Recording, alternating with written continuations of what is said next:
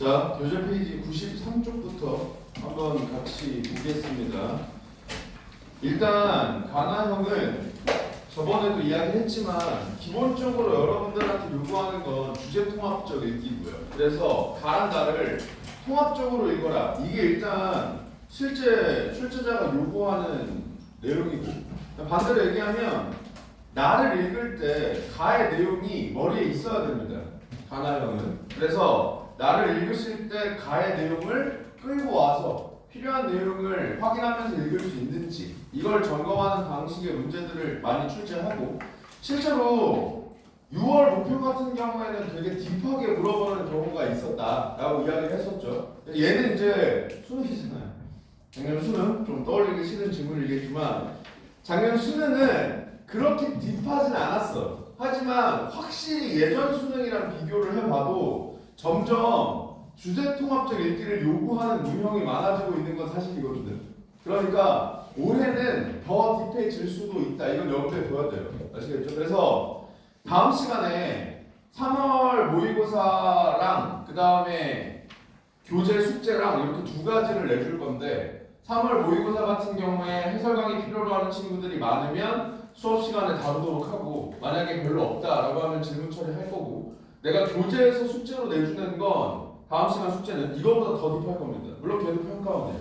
걔도 평가원이에요. 그래서 실제로 평가원이 딥하게 물어볼 때 어느 정도까지 물어보는지를 다음 주까지 봐서 가나형을 그렇게 마무리 지을 거고요. 오늘 같은 경우에는 수능에서 여러분들한테 어떤 방식으로 물었는지를 물어볼 겁니다. 그러니까 같이 볼 겁니다. 그래서 가나형 같은 경우에 나를 읽을 때 가를 붙잡고 있다? 이거는 변하지 않아요. 하지만 일단 국어 영역의 대전제는 한 번에 확인해야 될 정보의 양은 적으면 적을수록 좋다고 했죠. 따라서 가나를 끊어서 문제를 접근하긴 할 겁니다. 아시겠죠?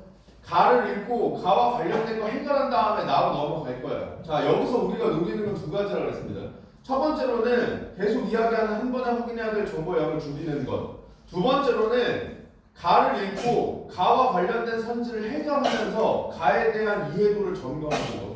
이렇게 두 가지를 노리고 가 끝나고 가와 관련된 선지 해결한 다음 나로 넘어갈 거예요. 아시겠죠? 자, 그래서 바로 가 지문부터 한번 같이 보도록 할게요. 자, 이제 앞에 보고 맨날 잔소리 하는 거지만 생각만 한다. 아시겠죠? 생각만 하세요. 수업 시간엔 생각해서 여러분들이 생각하는 훈련을 하는데 집중하시고, 처음부터 같이 보겠습니다. 법조문으로 구성된 법규범인 성문법의 의미를 파악하는 것을 법해석이라고 한대요. 그러면 얘가 일단 법해석이고, 그 다음에 법해석이 뭐냐? 성문법의 의미를 파악하는 거야. 그죠? 그러면 성문법이 뭐예요? 그래, 일단 성문법을 축자적으로 해석하잖아요. 그러면 문자로 이루어진 법이에요. 그러니까 법을 문서화해서 정리하는 게 성문법이에요. 무슨 말인지 아시겠죠? 몇 조 몇 항 이렇게 우리가 보는 거 있잖아. 맨날 법 제시 나오는 거. 그게 성문법이고, 여기서도 성문법이 뭔지를 설명을 해주죠. 법규범이야. 결국 성문법도. 근데 법규범이 뭐냐? 법조문으로 구성되어 있는 거야. 정확히 얘기하면 법규범 중에서도 법조문으로 구성한 게 성문법 이렇게 되는 건데, 조문이라는 게 결국 갈래별로 기술했다 이런 뜻이거든요. 그러니까 우리가 법 제재 여러 번 봐서 알겠지만 뭐 몇 조 몇 항 이렇게 낱낱이 갈래로 설명을 하잖아요. 그게 법 조문입니다. 그래서 법 조문으로 구성된 법규범, 이게 성문법이고, 얘의 의미를 파악하는 게 법 해석이에요. 그러면 의미 글자에다가 붙여두면 사실 법 해석은 그냥 법을 해석하는 거 이렇게 하면 되겠죠. 법을 해석하는 거야. 근데 그 법이 뭐냐? 문서화된 법이야. 문자로 표현된 법이야. 이렇게 이해하면 되겠죠. 법은 사회 구성원의 들에게 보편적으로 적용되는 규범이기 때문에 성문법을 구성하는 단어나 문장은 그 일상적 의미에 충실하게 해석되어야 한다. 일단 납득이 안 돼.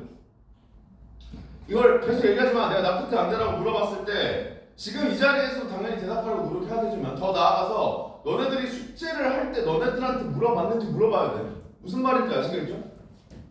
사회 구성원들에게 보편적으로 적용돼요. 그죠? 우리가 그냥 일반적으로 알고 있는 상식으로도 이건 접근이 가능하잖아. 그죠? 모두에게 보편적으로 적용돼. 그러니까 단어나 문장 같은 건 일상적 의미에 충실하게 해석되어야 돼. 그래야지 보편적으로 적용될 거 아니야. 그러니까 사람들이 보편적으로 알고 있는 의미로 해석해야 보편적으로 적용되는 규범을 해석하는 올바른 방법이 될 거 아니야. 무슨 말인지 알겠죠? 따라서 이렇게 해야 되는데 이러한 그러니까 이 지식 표현이죠. 지금 우리가 이야기한 거 물리 해석이 법 해석의 출발점이래요. 그러니까 물리 해석이 결국 이 앞에 내용이라는 거죠. 물리가 뭐예요? 그렇지. 일단 직역하면 그렇게 돼. 그러니까 그냥 쉽게 얘기해서 문자 그대로 해석한다 이렇게 이해하면 되겠죠. 만약에 의미를 붙인다라고 한다면. 자, 그러면 넘어가서 1문단 끝났으니까 1문단 요약 좀 봅시다. 머릿속으로 떠올리세요. 자, 1문단은 뭐에 대한 내용이었어요? 그래, 법 해석에 대해서 이야기했다. 법 해석이 뭔데요? 그렇지. 성문법을 해석하는 거야. 그죠? 근데 이 법 해석은 뭐가 원칙이야? 걔가 뭔데요? 그렇지. 물리 해석. 물리 해석이 원칙이야. 왜? 법이라는 건 보편적으로 적용되는 거야. 근데 물리 해석이 뭐야? 일반적으로 어떤 뜻으로 쓰이는지 가지고 해석하는 거야. 그러니까 보편적 의미로 해석하는 거야. 따라서 물리 해석이 원칙이야. 이게 1문단의 내용입니다. 무슨 말인지 알겠죠? 이게 머릿속에 있으면 되고. 자, 이 상태에서 2문단 갑니다. 그러나 물리 해석으로 그 내용을 제대로 파악하기 어려우면 그것이 사용된 맥락을 고려하여 그 의미를 파악하는 체계적 해석. 그럼 얘가 체계적 해석이고요. 그 다음 입법 과정에서 논의된 내용을 바탕으로 그 의미를 파악하는 역사적 해석. 얘가 이제 역사적 해석의 방법이겠죠. 등의 해석 방법을 사용할 수 있대요. 얘가 원칙이야. 근데 이게 안 될 때도 있다 이거죠. 이게 안 되면 어떤 방법들을 사용할 수 있어? 체계적 방법 아니면 그렇지 역사적 방법. 얘네들을 쓸 수 있어. 자, 그럼 일단 머릿속으로 뭐를 염두에 둬야 되냐? 얘네도 이거야. 이건 머릿속에 있어야 돼. 아시겠죠? 상위 정보잖아. 그러니까 법 해석을 지금 분류하고 있는 거죠. 법 해석을 분류하고 있는 거야. 총 3가지로 분류하는 거야. 첫 번째 물리 해석, 두 번째 체계적 해석, 세 번째 역사적 해석. 단 물리 해석이 원칙이야. 이유는 뭐야? 보편적이니까. 보편적 의미를 해석하는 게 원칙이야. 안 될 때도 있을 거 아니야? 그럼 이 2가지 쓴다. 지금 이렇게 전개하고 있는 거죠. 이건 그냥 참고로 얘가 수특 내용이었어요. 이게 수특에 있었거든요. 수특에 작년 수특에. 그러니까 최근에 사실 연계 체감을 높인다. 그게 독서에서도 두드러지게 합니다. 지금 이런 것도 이거 설명하는 게 그냥 수특이었거든. 법 해석에서 이게 한 지문이었어. 이게 한 지문. 그러니까 만약 그 지문 작년에 마찬가지야. 작년에 여러분들이 수능을 봤으니까. 작년에 수능을 공부하고 시험장에 들어왔으면 이런 것들이 좀 체감이 되는 정도가 컸을 거예요. 컸을 거예요. 그래서 이건 확실히 요즘에 평가원이 밀고 있는 트렌드니까 여러분들이 수능 특강도 공부를 하는 게 좋습니다. 아시겠죠? EBS도 그러니까 내 생각엔 그래. 가끔 요즘에 질문 오거나 상담하는 애들이 있어서 지금 언급을 하고 넘어가는 건데 EBS 해야 되나요? 해야 되는 게 어디 있어? 안 해도 돼요. 안 해도 되는데 안 하면 너만 손해지. 약간 이렇게 생각하는 게 맞아. 무슨 말인지 알겠죠? 내 생각엔 그래요. 안 할 이유가 없어요. 안 할 이유가 없는데 만약에 나한테 기출분석이랑 EBS 둘 중에 하나만 하려면 뭘 해야 되나요? 라고 물어보면 무조건 기출을 하라고 할 겁니다. 결과적으로 글의 완성도 측면이든 아니면 그래서 요구하는 내용이든 너네들한테 직접적으로 도움이 되는 건 기출 분석이 맞아. 더더군다나 수능 특강 공부해본 친구들 알겠지만 수능 특강은 좀 나쁘게 얘기하면 살짝 오바야. 무슨 말이냐면 지문이 엄청 길어요. 지금 엄청 길어요. 그러니까 실제로 여러분들 기출문제 그 정도 길이의 지문을 출제할 수가 없어요. 그냥 텍스트 수를 세봐도 내가 작년에 실제로 EBS 수능 특강은 이제 다른 데서 강의를 하면서 글자 수 프로그램으로 세봤거든요. 글자 수 프로그램으로 해봤는데 가나형이 길어봐야 한 2200, 2300자 나옵니다. 근데 작년에 수능 특강 수록 지문 중에 긴 거를 한 지문짜리예요. 가나형 아니야. 한 지문짜리인데 세봤더니 3600자예요. 그러면 이거는 가나형의 반지문이 더 들어가 있는 거거든요.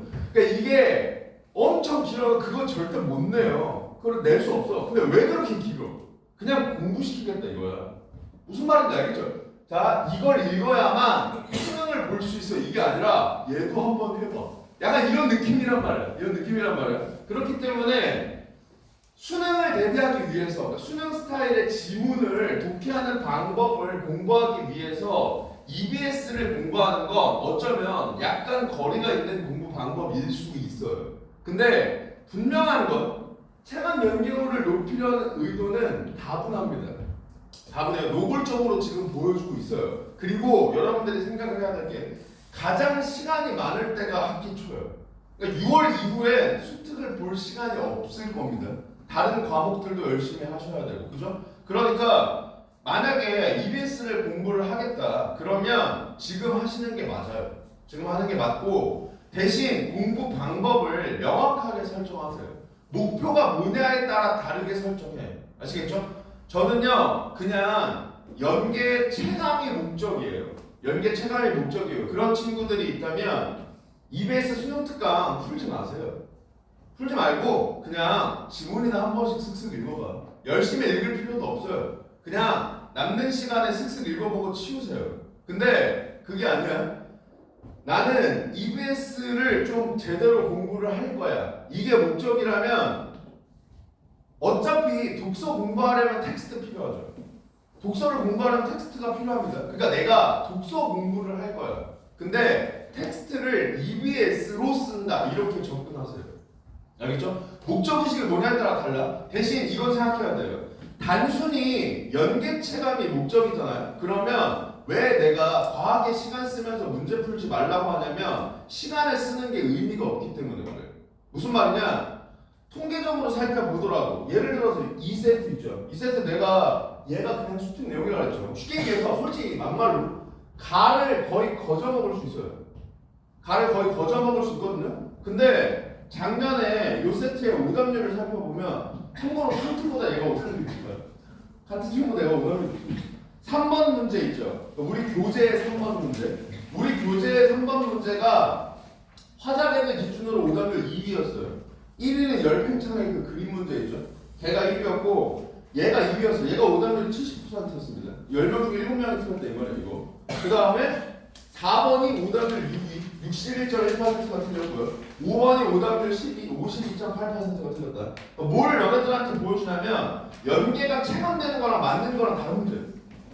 무슨 말인지 알겠죠? 내가 이거 어디서 봤다? 그렇다고 해서 문제를 맞힐 그런 보장이 없어요. 반대로 얘기하면 안 봤다고 틀리는 것도 아니야. 그죠? 내가 EBS를 하나도 안 봤다고 정말 쉽게 얘기해서 내가 또 재작년에 또 수능 특강을 수업을 안 했어. 아무 데서도 수능 특강을 수업을 안 했거든. 그러면 재작년 수능을 어쨌든 내가 해설 강의를 해야 되니까 풀었을 거 아니야. 그러면 재작년에 수능 특강 열심히 공부한 고3 N수생들이랑 나랑 국어 성적을 비교하면 당연히 내가 더 잘 봅니다. 무슨 말인지 알겠죠? 그러니까 EBS를 안 봤다고 성적이 안 나오는 것도 아니야. 봤다고 성적이 잘 나오는 것도 아니야. 따라서 보는데 의의를 두면 시간을 투자하는 게 바보예요. 무슨 말인지 알겠죠? 그냥 심리적 안정 그 이상 그 이하도 아니야. 무슨 말인지 알겠죠? 반대로 얘기하면 내가 EBS에 시간을 투자해서 성적 측면에서 너네들이 도움을 받고 있잖아. 그러면 제대로 해야 돼요. 제대로 해야 돼요. 그게 내가 아까 이야기했던 어차피 독서 공부를 하려면 텍스트가 필요해요. 근데 나는 그 텍스트를 EBS로 활용한다. 이렇게 접근해야 돼요. 그래서 공부는 독서 공부를 하는 거예요. 이 짓을 똑같이 하는 거예요. 이해력을 올리기 위해 긴 지문이건 뭐건 그냥 EBS를 보는 거예요. 그래서 결국 얘가 연계가 되든 안 되든 어쨌든 내가 그 공부의 목적은 독해력 향상이었으니까 시험에는 무조건 도움이 되겠죠. 그 다음 연계가 된다면 이렇게 공부를 했으니 체감이 되겠죠. 그러니까 이 두 가지를 다 잡는 방식으로 공부를 하든지 시간을 투자해서 만약에 내가 수능 특강 EBS에 별로 시간을 투자하고 싶지 않아 기출만 해도 빡빡해 그러면 나중에 그냥 뭐 인강 선생님이든 정리본 나오잖아요. 그죠? 그냥 정리본이나 읽으세요. 무슨 말인지 아시겠죠? 대신 그건 진짜 연계 체감만 하려는 거고, 반대로 얘기하면 실제로 EBS에 연계 출제됐을 때 당연히 EBS에 시간을 투자한 애들보다는 체감되는 게 떨어지긴 할 겁니다. 두 방법 다, 내 생각에는 두 방법 다 올바른 방향으로 간다면 실제로 중요한 건 독해 능력이기 때문에 성적 차이가 별로 없어야 정상입니다. 정상인데 안타깝지만 너네들이, 내가 계속 얘기하지만 11월까지 독해 능력이 100이 된다는 보장이 없어요. 보장이 없어. 그럼 반대로 얘기하면 EBS를 봐두는 게 도움이 돼요. 도움이 돼. 대신 나는 이렇게 생각해. 이게 사실 지금 거꾸로 하고 있다고 생각하면 돼. 성적이 안 나오는 애들이 EBS에 더 집착해요. 그러니까 내가 지금 독서, 문학은 그래도 작품이 그대로 나오니까 나는 더 의미가 있다고 생각해. 더 의미가 있다고 생각해. 그러니까 문학은 그냥 웬만하면 EBS 보세요. 보시고 독서 같은 경우에 3, 4등급 밑에 있는 애들이 오히려 EBS에 더 집착한다고요. 왜냐하면 내가 잘 못하니까. 얘를 읽어두면 도움을 받을 수 있으니까. 근데 내 생각엔 반대로 가야 돼요. 반대로. 내가 성적이 잘 안 나오잖아? 그럼 오히려 더 기출에 집착해야 돼요. 그러니까 완벽한 글을 완벽하게 이해하는 연습을 하는 게 훨씬 도움이 돼요. 그리고 아까도 이야기했지만 기본적으로 수능 특강에 실려있는 지문들이 어렵고 까다롭고 양이 많은 지문들이 생각보다 많아요. 그러니까 여러분들이 중하위권일 때 혼자서 소화하는 게 좀 빡셀 수 있다 이 말이에요. 아시겠죠? 반면에 상위권 애들 있죠. 1, 2등급에서 노는 애들, 걔네들은 EBS를 안 할 이유가 없다고 생각해요. 무슨 말인지 알겠죠? 막말로 1, 2등급에서 놀고 있으면 기출 안 돌렸을 리도 없고요. 그 다음 기출을 공부할 때 한 지문 한 지문 보는데 실력이 떨어지는 애들보다는 더 빨리 볼 거 아니야. 그러니까 내가 양은 늘리는 게 아니라 늘어나는 거라 그랬죠. 그러니까 쉽게 얘기해서 1, 2등급에서 놀고 있는 애들은 양이 늘어나 있을 거라고요. 그럼 그 상황에서 기출만 들이다 파는 것보다 EBS를 끼워서 공부하는 게 더 낫다고 생각해요. 나는 개인적으로. 아시겠죠? 잠깐 딴 얘기지만 내가 어쨌든 지금 너네들이 싫어서 테마나 특강을 안 하는 거 아니야 얘들아? 내가 지금 시간이 없어서 여기에서 테마나 특강을 못하고 있기 때문에 EBS를 못하고 있잖아요. 그래서 조언이라도 해주는 거예요. 무슨 말인지 아시겠죠? 뭐 공부하다가 잘 안 되는 거 있으면 질문하세요. 그런 건 질문을 받아줄 테니까 자기 공부 방법에 맞춰서 잘 정하시고, 지금 학기 초에 웬만하면 대부분 친구 다 독서도 마찬가지야. 나는 개인적으로는 EBS를 했으면 좋겠어요. EBS를 했으면 좋겠어. 대신 EBS를 하실 때 대충대충 하지 마시고 이렇게 해. 독해 공부한다고 생각하고 EBS를 봐. 아시겠죠? 선생님 봤더니 너무 빡센데요 지문이? 내 수준에 너무 빡세? 그럼 그냥 버려요. 그냥 버리세요. 그러니까 내가 지금 현 수준에서 할 수 있는 것 정도를 이렇게 공부를 해. 아시겠죠? 네, 그걸 추천하겠습니다. 자, 다시 돌아와서 자, 이렇게 세 가지가 있다 이야기하고 있는 겁니다. 자, 그래서 체계적 해석은 뭐예요? 그렇지, 맥락 고려. 그죠? 그러면 뭐 굳이 의미를 붙인다면 맥락을 고려하여 체계적으로 본다 이렇게 붙일 수 있겠지만 글자를 통해 환기할 수 없으니까 나는 개인적으로 이런 건 밑줄 쳐놓습니다. 이런 건 밑줄 쳐놔요. 그 다음 역사적 해석은요. 그렇지. 그러니까 입법 과정에서 논의는 내용이라는 건 결국 과거의 역사를 고려한다 이 뜻이잖아요. 나는 얘는 개인적으로 그냥 글자 가지고 뽑아낼 수 있다고 생각하기 때문에 머릿속에 넣어놨어요. 그냥. 입법 과정에 역사적으로 해석을 한다. 그 역사적 사실을 고려한다. 이런 식으로. 그 예로서 담보를 들 수 있다. 자, 예시 나오죠. 그럼 예시는 앞의 내용으로 치환하면서 읽는다. 그러니까 앞의 내용을 내가 이해했다면 본인의 이해 확인하면서 읽고요. 만약에 이해하지 못했다면 예시를 통해 앞의 내용을 이해하면서 읽으려고 노력해야 된다 그랬죠. 그래서 담보의 일상적 의미는, 그러니까 얘를 그냥 일상적 의미를 이렇게 읽고 있으면 안 되죠. 이거 어떻게 읽어야 돼? 그렇지, 물리해석 이렇게 읽어야 됩니다. 물리해석 입장에서 해석할 때 원래는 맡아서 보증함이야. 그러니까 이런 의미로 사용된 예로 구조물의 안전을 담보하기 위한 검사를 둘 수 있대. 그럼 이때 담보는 어떻게 해석한다는 거야? 맡아서 보증함으로 해석한다는 거야. 구조물의 안전을 맡아서 보증하기 위한 검사 이렇게 해석한다 이 얘기야. 그죠? 그리고 이렇게 해석하는 게 뭔데요? 물리 해석이다. 이렇게 이해하면 된다고. 무슨 말인지 아시겠죠? 하지만 성문법 조문에서 사용될 때는 맥락을 고려하여 다른 의미로 해석되기도 한데요. 이거 어떻게 읽으면 돼요? 그렇지. 체계적 해석을 하기도 한다. 이렇게 읽으면 돼요. 무슨 말인지 아시겠죠? 네.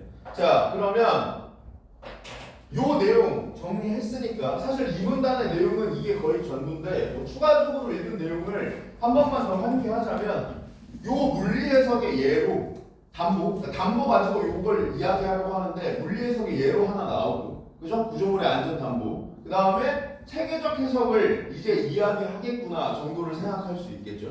자, 그러면 이어서 봅니다. 담보는 유상 계약의 맥락에서, 자, 이것도 마찬가지로 어떻게 읽어야 돼요? 그렇지, 체계적 해석하겠다 이거예요. 유상계약의 맥락에서 거래 대상의 값어치를 보장한다는 의미로 해석된대. 자, 그러면 담보를 체계적 해석할 때는 이 의미로 해석하라 이거죠. 그러니까 얘는 마치 뭐랑 비슷한 거예요? 정의된 개념이랑 비슷한 거예요. 무슨 말이냐? 이 예시에서 담보가 튀어나올 때마다 계속 이 의미를 머릿속으로 환기해야 돼. 무슨 말인지 알겠죠? 내가 그래야지 이해하면서 있는지를 점검할 수 있잖아. 무슨 말인지 아시겠죠? 이거로 해석된대요. 자, 그러면 유상계약 맥락에서 담보를 이렇게 해석한다고 했는데 유상계약이 뭐냐 이거예요. 유상계약이란 그 당사자가 서로 대가를 주고받을 것을 약속하는 계약이래요. 자, 그러면 이게 개념이죠. 일단 이 개념을 이해했는지 머릿속으로 생각을 해봐야 돼. 그죠? 이해돼 안 돼? 무슨 말인지 알겠죠? 무슨 말인지 알겠죠? 서로 대가를 주고받는다 이거야. 그죠? 그게 유상계약이야. 자, 그럼 여기에 글자로 붙일 수 있는지 생각해야 돼요. 유상이라는 어휘의 의미를 안다면 붙일 수 있을 겁니다. 근데 만약에 내가 유상이라는 어휘를 몰라요. 그럼 여기도 밑줄 쳐야 돼. 아니면 자기 나름대로 글자를 만들든. 왜냐하면 내가 계속 이야기하지만 축자적 이해에 정확성은 필요 없어요. 왜냐면 너네들한테 감독관이 돌아다니면서 그거 그 뜻 아닌지 이렇게 지적하지 않는다 그랬죠. 나만 이해할 수 있으면 돼. 내가 도구로 쓰려고 하는 거잖아. 그죠? 안 되면 밑줄 치는 거고. 자, 그래서 유상이라는 게 사실 보상이 있다 이거거든. 원래 의미는. 그러니까 서로 보상이 있는 계약. 나는 이렇게 읽었단 말이야. 무슨 말인지 알겠지? 서로에게 보상이 있는 계약. 이렇게 읽었는데 안 되면 서로 대가를 주고받는다. 얘가 하신 내용이니까 여기에 밑줄을 쳐놓으면 되겠죠. 네. 자, 유상계약의 일종인 매매계약에서, 자, 그러면 매매계약이 유상계약의 예시가 되고요. 포함되는 개념이고, 매매계약은 알잖아. 그죠? 매매계약이 뭐예요? 그렇죠. 물건을 사고 팔고 하는 거잖아요. 그럼 얘가 왜 유상계약이야? 그렇지. 물건을 주고 돈을 받고 서로에게 대가를 주죠. 물건이라는 걸 주고 돈을 받으니까. 그죠? 이걸 생각해야 한다 이 말이야. 왜냐면 매매계약은 너네들이 알 거 아니야. 잘 생각해봐라. 왜 매매계약을 줬겠어요? 너네들이 알 거니까 준 거다.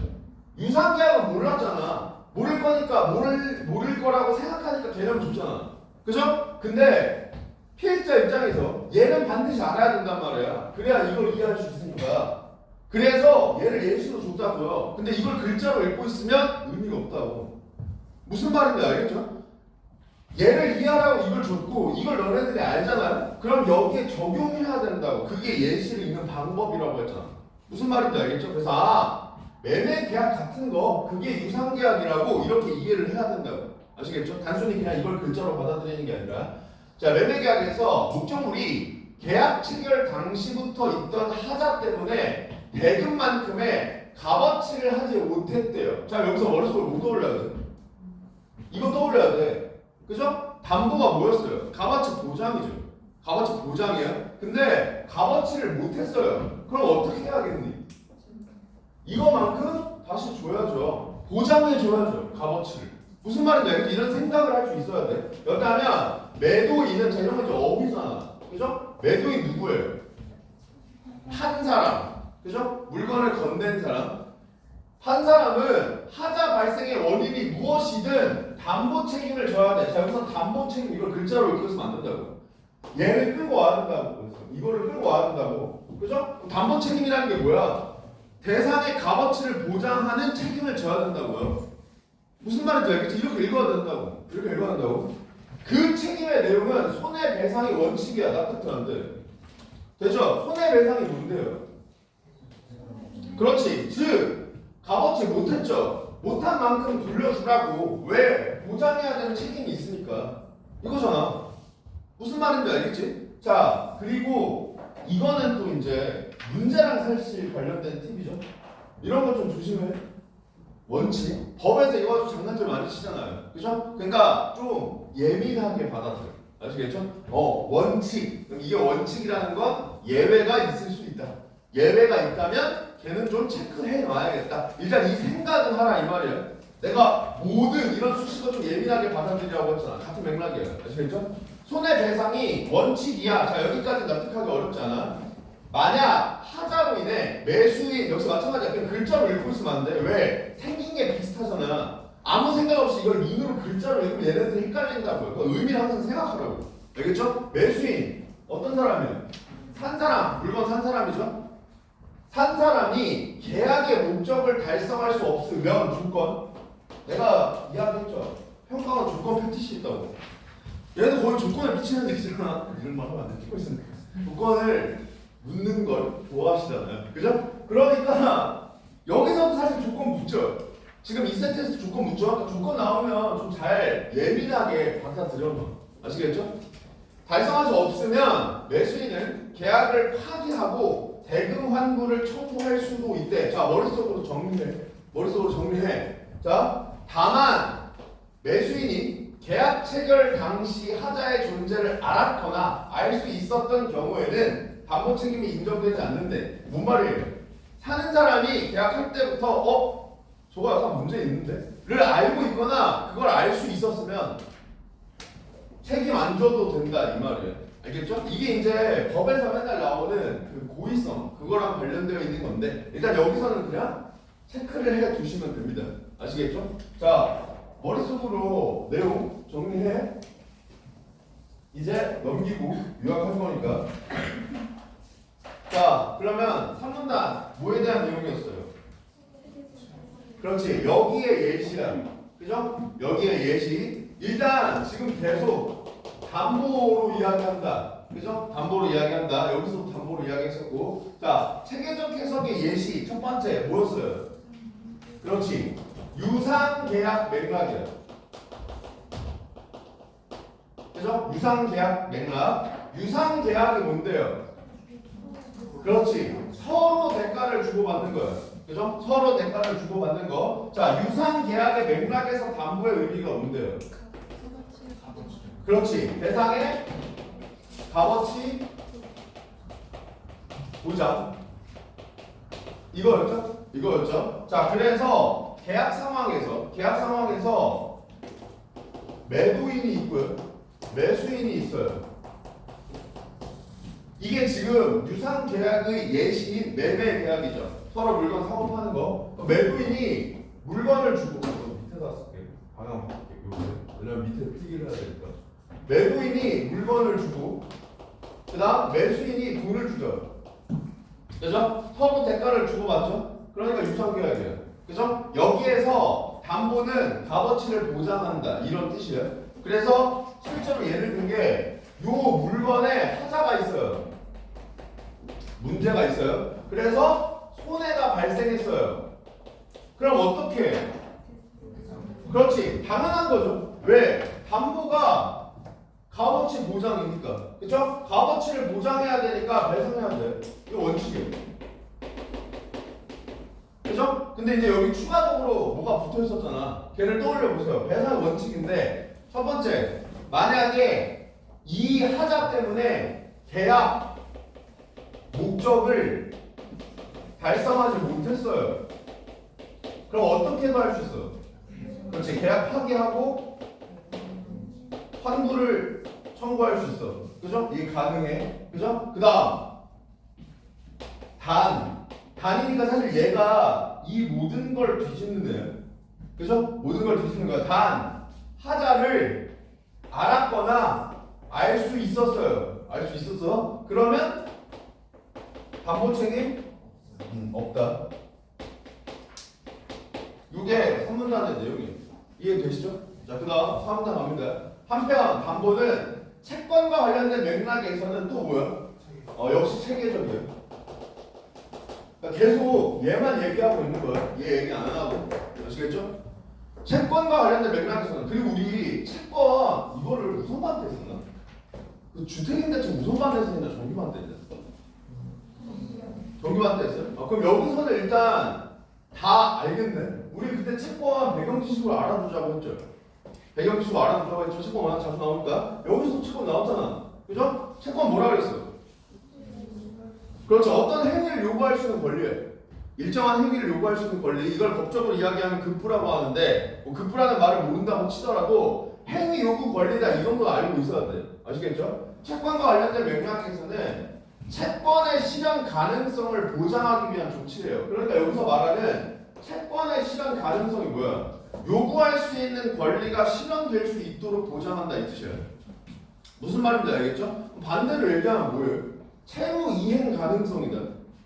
내가 채권이랑 채무는 계속 상대적으로 왔다 갔다 한다고 했죠? 그러니까 채권, 일정한 행위를 요구할 수 있는 권리, 채무, 그 행위를 해야 될 의무야. 그러니까 채권의 실현 가능성을 보장한다는 건 채무의 이행 가능성을 보장하려고 하는 거예요. 무슨 말인지 아시겠죠? 의미로 해석됩니다. 담보 물건이 그 예의다. 그러니까 여기서도 결국 이 글자가 중요한 게 아니라 얘가 중요한 거죠. 담보라는 애가. 그죠? 담보가 여기서는 뭐래? 채권의 실현 가능성을 보장하기 위한 조치래요. 그럼 담보 물건은요? 채권 실현 가능성을 보장하기 위한 물건이 됩니다. 무슨 말인지 아시겠죠? 금전 채권은 채권자가 채무자로부터 돈을 받아야 실현되는데 그러니까 이런 것들 그냥 자연스럽게 고개 끄덕끄덕 넘어가면 됩니다. 그래서 채권 일정한 행위 요구할 수 있는 권리야. 금전 채권은 뭐야? 그 행위가 돈이랑 관련이 있는 거잖아. 그죠? 그러니까 돈 받으면 끝난다고요.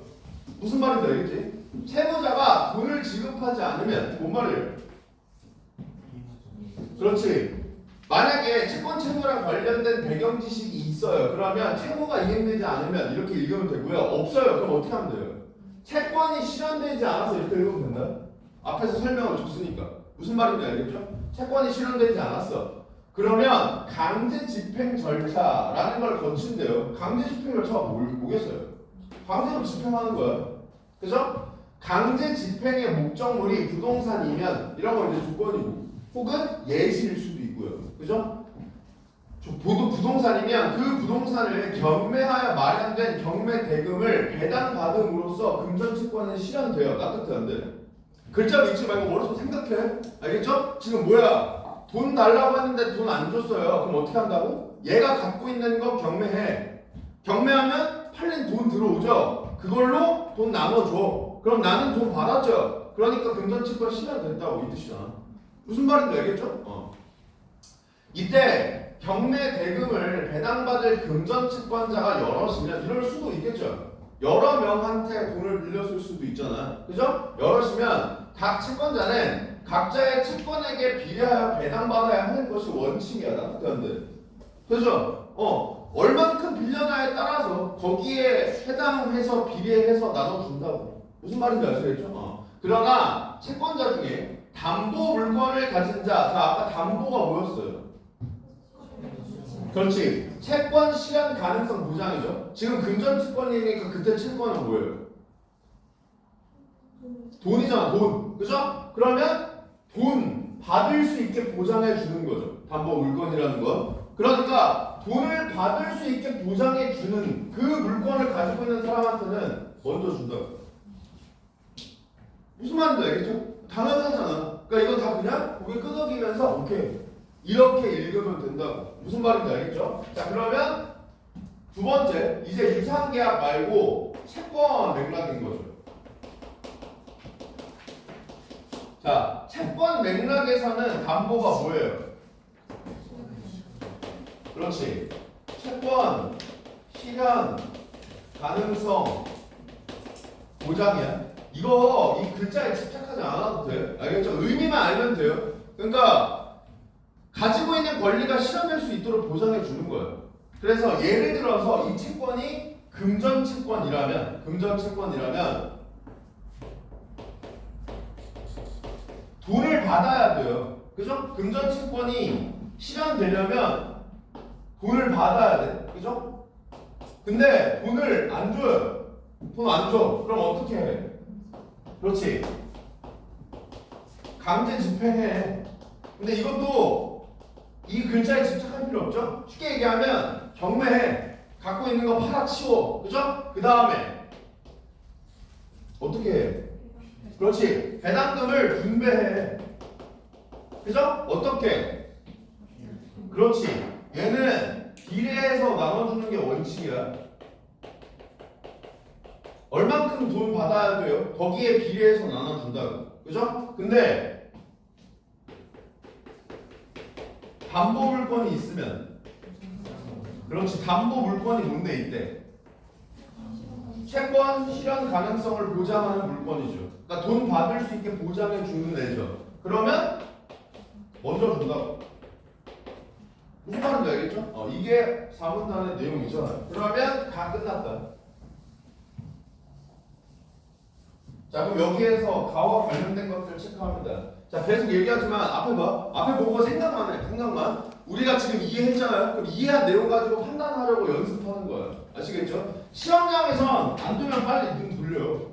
빨리 눈 돌려서 옆으로 돌리라는 게 아니라 지문으로 돌려. 지문으로 돌려서 선지 확인해. 선지 확인해. 근데 공부할 때는 최대한 이해한 내용 바탕으로 판단하려고 노력해. 수준을 높여놓으라고. 평상시에. 아시겠죠? 자, 법은 사회 구성원들에게 보편적으로 적용되어야 하므로 일상적 의미가 해석의 출발점이 되어야 한다. 맞아요. 당연히 맞죠. 이런 거 앞으로 와서 확인할 필요 없다고요. 무슨 말인지 알겠지? 그리고 내가 맨날 얘기했잖아. 평가원은 이상한 거 절대 안 물어본다니까요. 뭐 이상한 짜잘한 거 너네 혹시 이것도 봤어? 이렇게 안 물어. 알겠죠? 정말 중요한 정보들 너네들이 이해해야 되는 정보들만 물어볼 테니까 의심하지 말고 내가 글만 완벽하게 이해했으면 다 판단을 할 수 있어요. 아시겠죠? 법조문에서의 담보에는 채권자의 금전 채권 실현의 가능성을 보장하는 조치, 이거 어디서 봤어요? 체계적 해석의 채권 맥락이었죠. 그죠? 법적인 의미가 부여되기도 해. 맞아요. 없잖아. 이거 예시로 봤잖아. 그죠? 그다음 금전 채권자가 여럿인 경우에 진행된 경매에서 담보 물건의 존재 여부는 경매 대금의 배당 순위에 영향을 준다. 맞아요. 맞죠? 얘 먼저 보죠. 왜? 이때 담보가 뭐였으니까? 채권 실현 가능성 보장해 주는 거였으니까. 그죠? 그럼 맞아요. 그다음 유상 계약에서의 담보는 뭐였죠? 그렇지. 대상의 값 보장해 주는 거, 값어치 보장해 주는 거. 담보는 당사자 간 거래 대상의 값어치를 보장하는 의미로 해석되므로 맞죠? 그죠? 맞죠? 교환 대상 사이에 값어치가 일치해야 계약이 체결된다. 맞아요. 틀리죠? 계약 체결이랑 상관없죠. 그죠? 계약 체결된 후 값어치를 보장하겠다가 담보의 의미인 거지. 값어치가 같아야만 계약이 체결된다라는 내용은 없습니다. 무슨 말인지 알겠죠? 정답 4번. 그 다음 법조문의 의미를 물리 해석으로만 제대로 파악하기 어려운 경우에는 물리 해석 뭐였죠? 그렇지. 일상적 의미로, 그러니까 문자의 의미 그대로 해석하려고 하는 거. 법조문의 입법 과정에서 논의된 내용을 바탕으로 의미를 해석한다. 이게 뭔데요? 역사적 해석으로도 해석한다 이 뜻이죠? 맞잖아. 무슨 말인지 알겠지? 정답 4번. 이 부분들.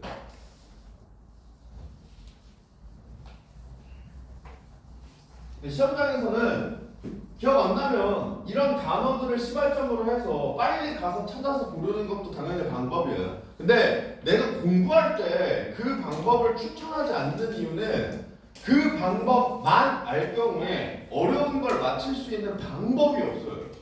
무슨 말인지 알겠죠? 그리고 공부는 시간이 무제한이잖아.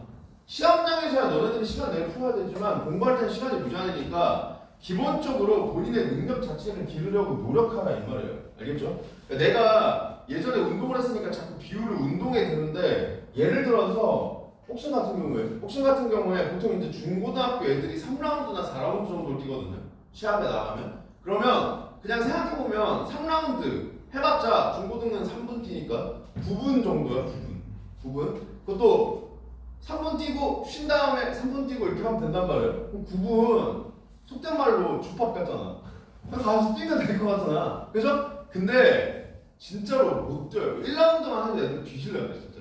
너무 힘들어서. 근데 그렇다고 해서 예를 들어서 내가 시합이 3라운드야. 그러면 훈련을 3라운드 뛸 수 있는 체력을 만들어 놓는다? 얘도 끝까지 못 뜁니다. 그러니까 만약에 내가 시합이 3라운드야. 그럼 기본적으로 6라운드, 7라운드 체력을 만들려고 한단 말이에요. 그래도 빡세요. 그래도 빡세. 공부도 마찬가지라고. 너네들이 시험장에서 모르면 찾아. 5개 다 찾아. 그렇게라도 답을 맞힐 수 있어? 그럼 되지. 근데 그럼 되기 때문에 평상시에도 그렇게 공부하면 시험장에서 안 된다고. 무슨 말인지 알겠죠? 그러니까 기본적으로 공부를 할 때는 지금 나랑 보는 것처럼 할 수 있게끔 노력해야 돼. 자, 가나형 보기 어떻게 접근하라고 그러니? 일단 선지부터 보라고 했다. 왜? 내 지금 머릿속에 가밖에 없죠. 그러니까 선지를 보면서 확인할 수 있는 선지가 뭔지부터 걸러내 놓는 거예요. 무슨 말인지 알겠죠? 선지를 그러니까 정독하라는 게 아니라 그냥 훑어보는 거예요. 훑어보면서 뭔 말인지 알겠는 것만 일단 체크하는 거예요. 아시겠죠? 그럼 예를 들어서 선지를 쭉 봐요. 그러면 3, 4, 5는 뭔 말인지 몰라. 지금 내가 가를 만약에 읽고 왔다? 그러면 3번에 무슨 연대보증특약 있다는 거 모르잖아요. 그죠? 그 다음에 4번도 마찬가지죠. 보증계약서 작성 연대보증특약. 그 다음에 5번도 뭐 보증계약서 연대보증특약 모르죠? 모르죠? 그러면 1, 2번을 체크하면 돼 그냥. 자 이게 첫 번째. 그럼 두 번째 당연히 무슨 생각해야 돼? 나에선 연대보증특약이 중요하다.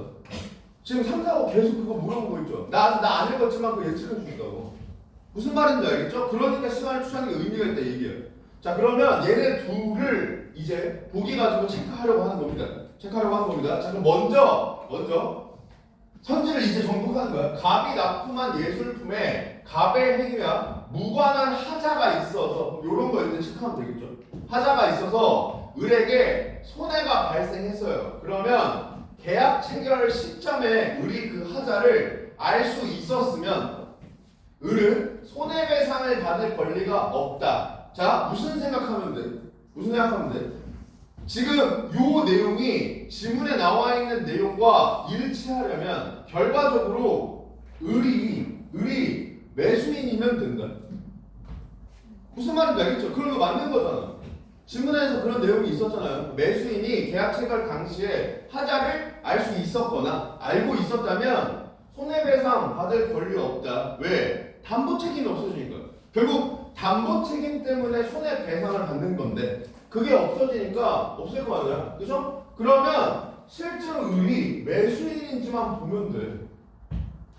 무슨 말인지 알겠죠? 자, 그러면 갑은 자신이 보유한 예술품을 1년에 한 점씩 4년간 을에게 납품하고 그 대금으로 한 점당 500만 원씩을 매년 연말에 받기로 하는 매매 계약을 체결했대요. 매매 계약 체결했고 을이 돈 주는 애잖아. 그죠? 그러면 가능하다 이렇게 하면 된다고.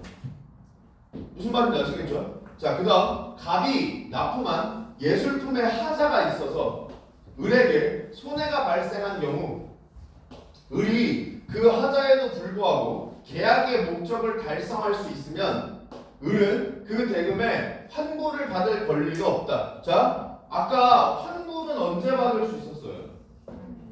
이제 목적 달성할 수 없었을 때 받는 거였죠? 근데 얘는 계약 목적 달성할 수 있었죠. 그럼 환불 받을 권리는 없겠죠. 아까 을이 매수인이라는 건 이미 체크했죠. 이거 그냥 동그라미 치면 된다고. 무슨 말인지 알겠죠? 자, 그 다음 마지막에 얘를 정석으로 푸는 것도 알려줄 거예요. 알겠죠? 마지막에 정석으로 푸는 것도 알려줄 건데 그렇게 하면 진짜 개빡세요. 개빡세요. 그러니까 공부할 때는 한번 그렇게도 생각해보세요. 그 의미는 있어. 그렇게 생각해보는 게. 근데 시험장에서 그 모든 걸 하려면 힘드니까 한 번에 확인해야 될 정보의 양을 최소화하는 방법을 알려주는 겁니다. 자, 그 다음에 가와 관련된 전개 방식 쭉 체크해 나가면 되겠죠. 일단 전개 방식은 거시적 토끼를 묻는 거잖아. 그러니까 너네들한테 쉽게 얘기해서 큰 그림 볼 수 있니? 이거를 묻는 거죠. 그러니까 문제풀이 순서를 항상 뒤로 빼세요. 왜냐하면 미시적 독해를 하다 보면 거시적 독해는 잡혀야 돼. 더더군다나 너네들이 나랑 하고 있는 게 요약 훈련인데 요약은 두 가지가 전제돼야 된다 그랬죠. 첫 번째 이해, 두 번째 구조화. 여기서 구조화가 머릿속으로 잘 되면 얘는 그냥 먹어야 정상이야. 대신 이걸 조심해. 전개 방식은 거시적 독해를 묻기 때문에 의외로 실수가 나오기 쉬워요. 알겠죠? 그러니까 쉽게 얘기해서 대충 생각하고 고르기 쉬워. 그래도 될 것 같단 말이야. 그래서 전개 방식도 내가 정답으로 마킹할 애 있죠. 걔는 눈으로 꼭 확인해. 알겠죠? 그렇게 해야만 맞출 수 있다가 아니라 실수의 가능성을 조금이라도 줄이기 위해서 시간 투자해. 무슨 말인지 아시겠죠? 네. 자, 얘 확인하는 거 법조문의 의미 해석 방법 구분해서 제시했다. 그래요. 맞죠? 예잖아 이거 해석 방법. 그죠? 그 다음 의미 차이가 확대되어 온 이유 없고요. 해석하는 방법의 사례 가능하죠. 그죠? 아까 티본 맥락 유상계랑 맥락에서 예시 줬으니까. 그 다음 법조문의 의미를 파악하는 입장들을 대조했다. 이것도 안 되겠죠. 사실 대조가 중심이 아니잖아. 그죠? 얘네들의 차이점 위주로 정리하고 있는 게 아니죠. 이거는 분류야 분류. 그죠? 그 다음 법조문의 의미를 다른 상황에서 유추하여 도출하다. 말도 안 되죠. 그러면 요 두 개 남잖아. 그죠? 나 가지고는 이따가 1, 3만 찾으면 된다. 이해되시죠? 네. 잠깐 쉬었다가 나 지금 보겠습니다.